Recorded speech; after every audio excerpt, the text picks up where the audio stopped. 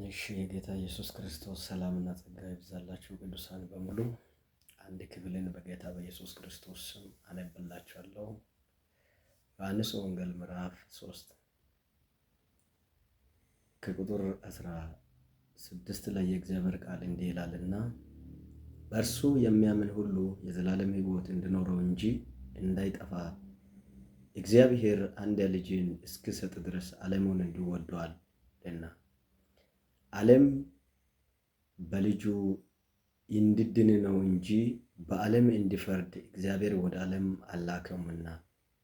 በእርሱ በሚያምን አይፈረድበትም። በማያምን ግን በአንዱ በእግዚአብሔር ልጅ ስም ስላላመነው አሁን ተፈርዶበታል። ብርሃን ወደ ዓለም ስለመጣ ሰዎችም ስራቸው ክፉ ነበርና ከብርሃን ይልቅ ጨለማን ስለወደዱ ፍርዱ ይህ ነው ይላል። ስለዚህ በእርሱ የሚያምን የዘላለም ሕይወት እንዲኖረው እንጂ እንዳይጠፋ እግዚአብሔር አንድያ ልጁን አላከም። የእግዚአብሔር አብ ፈቃዱ ሰው ልጅ በእርሱ አምኖ እንዲድን ነው። በልጁ በኢየሱስ ክርስቶስ አምኖ እንዲድን። በልጁ በኢየሱስ ክርስቶስ የማያምን የዘላለም ሕይወት እንደሌለ ፍርድ እንደሚጠብቅ በዚህ ቦታ ላይ ይናገራል። በእርሱ የሚያምን ሁሉ የዘላለም ሕይወት እንዲኖረው እንጂ እንዳይጠፋ እግዚአብሔር አንድያ ልጁን እስኪሰጥ ድረስ ዓለምን እንዲሁ ወዶአል ይላል። ክብር ለእግዚአብሔር ይሁን። ስለዚህ መዳን በሌላ በማንም የለም፣ እንድንበት ዘንድ የተሰጠ ከሰማይ በታች ከምድር በላይ ኢየሱስ ብቻ ነው። ሌላ አዳኝ የለም፣ ሌላ ፈዋሽ የለም፣ ሌላ ሕይወት የለም፣ ሌላ እውነት የለም፣ ሌላ መንገድ የለም። እውነት ሕይወትና መንገድ ኢየሱስ ክርስቶስ ብቻ ነው። በእርሱ የሚያምን አይፈረድበትም። ወንድሞቼ እህቶቼ፣ በዓለም ዙሪያ ያላችሁ በጨለማ ዓለም በክፋት በሰይጣን እጅ በዘር መርገም ታስራችሁ ያላችሁ በዚህ ቦታ ላይ የእግዚአብሔር ቃል እንዲህ ይላል። ስለዚህ በእርሱ የሚያምን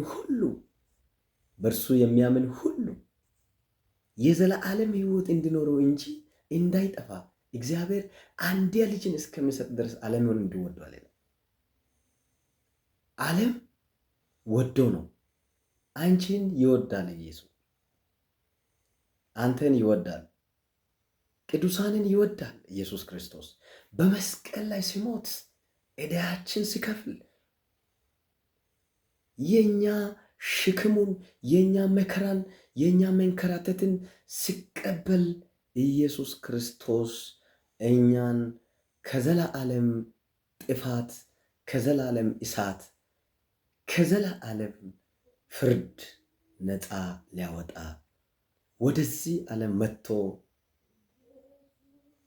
እሱ ራሱ አማላጅ ሆኖ ሌላ ማንም ሳያስፈልገው ስለኛ ሞቷል።